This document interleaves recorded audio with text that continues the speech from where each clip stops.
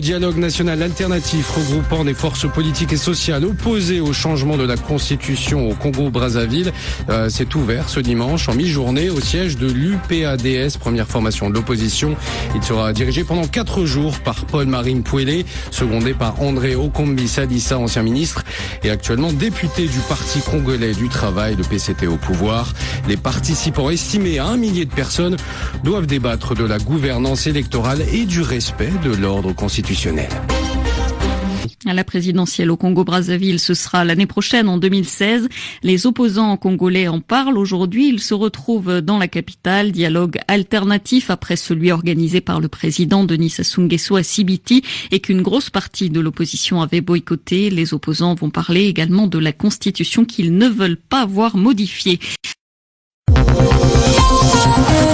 Les opposants congolais ont lancé leur dialogue alternatif hier à Brazzaville après l'avoir reporté de plusieurs jours. Certains proches de la majorité étaient présents également.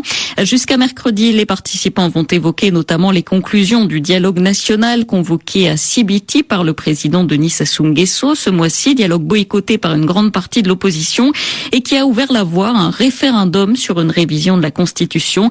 Les opposants qui ne veulent pas de ce référendum comptent bien, eux aussi, remettre leurs conclusions au chef de l'État. Les précisions de Loïcia Martial.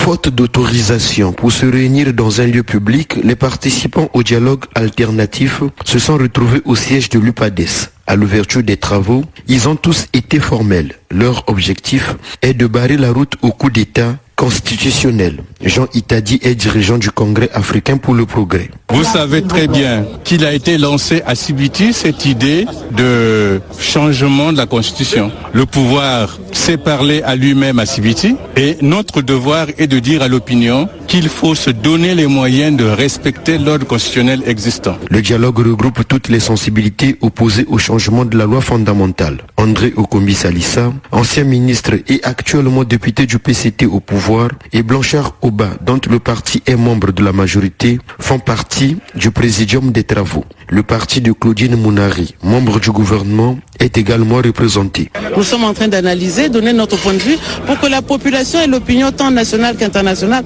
comprennent pourquoi nous nous opposons farouchement au changement de la Constitution. Les conclusions du dialogue alternatif, qui s'achève mercredi, seront soumises au chef de l'État, Denis Sassou Nguesso. Loïcia Martial, Brazzaville, RFI.